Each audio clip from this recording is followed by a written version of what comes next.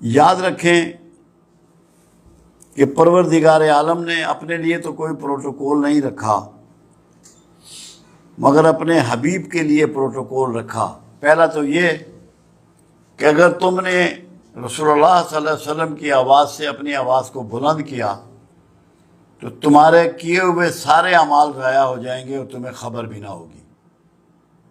دوسرا یہ کہ اگر کسی رسول اللہ کے فیصلے صلی اللہ علیہ وسلم کہ دل میں بھی تم نے سوچا اس کے اگینسٹ، تو تمہارے سینے سے ایمان کو نکال دیا جائے گا، تم صاحب ایمان نہیں رہو گے۔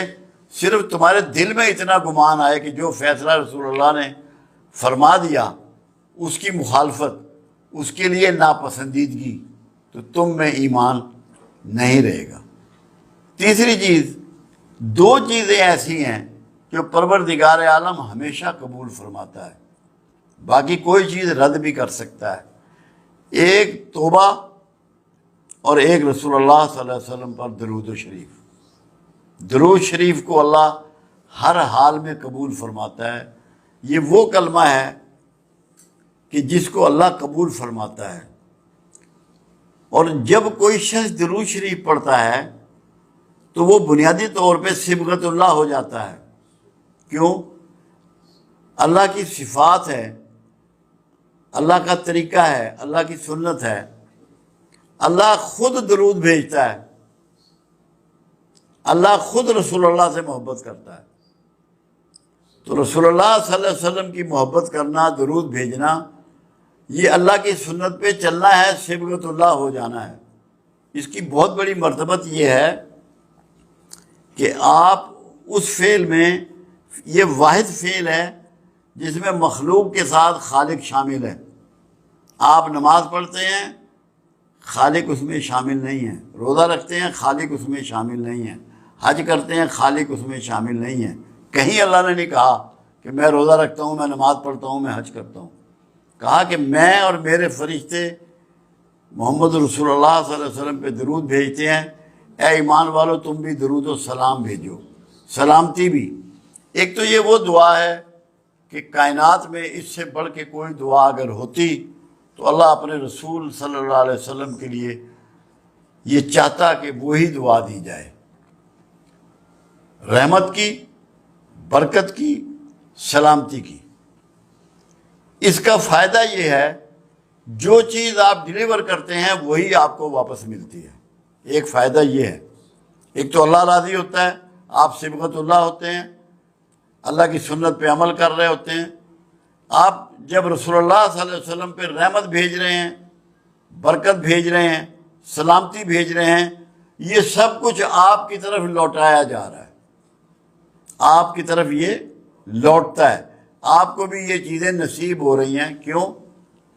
کہ جو بھی یہ گفٹ اللہ کے حبیب کی طرف روانہ کر رہا ہے، اللہ اس سے راضی ہوتا ہے اور اس کو انہی چیزوں کے ساتھ برکات اور رحمت اور سلامتی پہنچاتا ہے۔ دوسرا، خود اللہ کے رسول صلی اللہ علیہ وسلم کا فرمان مبارک ہے کہ جو میرا درود ہے وہ مجھ تک پہنچایا جاتا ہے لوگوں کو والدین کے ناموں کے ساتھ، کہ فلاں شخص نے، یہ ماں کا نام ہے، یہ باپ کا نام ہے، آپ کو اتنی مرتبہ درود شریف پیش کیا ہے۔ یہ سب سے بڑی بات ہے کہ آپ کا نام رسول اللہ کے دربار میں رجسٹر ہو جاتا ہے کہ اس شخص نے، اس کی یہ والدہ کا نام ہے، یہ اس کے باپ کا نام ہے، یہ درود شریف مجھے بھیجا ہے۔ آپ کے دفتر میں وہ ریکارڈ کرتے ہیں فرشتے، وہ پہنچا دیا جاتا ہے۔ دوسری بات یہ ہے کہ خود آپ کا فرمان یہ بھی ہے کہ شب جمعہ، یعنی کہ جو جمعرات کی رات ہوتی ہے، جس کو شب ہم جمعے کی کہہ رہے ہیں کیونکہ ہمارے یہاں رات پہلے ہوتی ہے، میں خود سنتا ہوں، میں خود سنتا ہوں۔ ایک بات اور ہے، قرآن حکیم میں وعدہ کیا گیا کہ تم جس کسی کو دعا دو تو جو دعا اس نے دی ہو یا ویسی ہی دعا اسے واپس لوٹاؤ یا اس سے بڑھ کے دعا واپس لوٹاؤ۔ اب یہ قرآن کا قانون جو ہے، یہ قرآن کی صفت جو ہے، یہ قرآن کا آرڈر جو ہے، یہ رسول اللہ صلی اللہ علیہ وسلم کے لیے بھی ہے، سب کے لیے ہے۔ اس لیے جب کوئی شخص کملی والے پر دعا بھیجتا ہے، درود دعا ہی ہے، اور سلام بھیجتا ہے، تو رسول اللہ صلی اللہ علیہ وسلم بھی اس کے لیے دعائیں فرماتے ہیں، ریٹرن میں اس کو دعا عطا فرماتے ہیں، کیونکہ قرآن کے قانون کے عین مطابق۔ تو یہ جنت کی بشارت ہے درود بھیجنے والے کے لیے کہ جب تو رسول اللہ کے لیے دعا بھیج رہا ہے تو رسول اللہ صلی اللہ علیہ وسلم اس سے بہتر طریقے سے تجھے دعا لوٹا رہے ہیں، اور جس کا دعا گو رسول اللہ ہو جائیں اس کے لیے کوئی خطرہ نہیں ہے، کوئی دوزخ کا ڈر نہیں ہے، کوئی آگ کا ڈر نہیں ہے۔ انشاءاللہ اللہ کے ہاں اس کی مغفرت ہے اور اس کی بخشش ہے۔ تو درود شریف بخشش کی ضمانت ہے۔ یہ پڑھنے والا، یہ بھیجنے والا، پڑھنے کا لفظ نہیں ہے، بھیجنے کا لفظ ہے۔ بھیجنے میں یہ ہوتا ہے کہ یہ گفٹ ہوتا ہے، پڑھنا گفٹ نہیں ہے، بھیجنا گفٹ ہے۔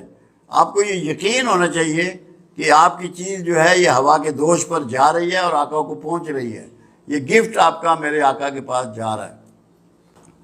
ایک فائدہ اور جو پنجابی کی ایک مثال ہے، رانجھا رانجھا کردینی میں آپے رانجھا ہوئی۔ جب آپ بار بار سرکار پہ درود بھیجیں گے اور آپ کا تذکرہ کریں گے تو اس سے آپ رسول اللہ صلی اللہ علیہ وسلم کی عکس آپ میں اترے گا، آپ کے اندر وہ عکس اترے گا، وہ صفات اتریں گی، وہ کمال اور خوبیاں آپ کو ملیں گی، وہ حکمت و دانائیاں آپ کو پہنچیں گی، عکس بنیں گے آپ۔ مگر اس کے لیے آپ کو درود شریف کے ساتھ رحمت کے رویے کو اپنانا ہے۔ معاشرے کے لیے، مخلوق کے لیے، ہر مخلوق کے لیے رحمت بننا ہے۔ کسی کے لیے زحمت مت بنے، آپ کے ہاتھ اور زبان سے کسی کو تکلیف نہ پہنچے۔ تو عکس محمد آپ ہو جائیں گے اگر صحیح معنوں میں دل کی گہرائیوں سے اگر آپ درود شریف پڑھیں گے۔ درود شریف کی اتنی برکات ہیں، میرا تو ایمان یہ ہے۔ اور دیکھو کمال کیا کیا گیا، کوئی نماز ایسی نہیں ہے جس میں درود شریف نہیں ہے، یہاں تک کہ جنازے کی نماز میں بھی درود شریف رکھ دیا گیا کہ جس نے کوئی نماز نہیں کبھی پڑھی، ایک دفعہ درود شریف کسی جنازے میں پڑھ لیا تو اللہ کے رسول کی دعاؤں کا مستحق ہو گیا، اس کی عاقبت سنور گئی، اس کی آخرت محفوظ ہو گئی۔ تو یہ اللہ نے ایک مسلمانوں کے لیے شیلڈ بنائی ہے، پناہ گاہ بنائی ہے۔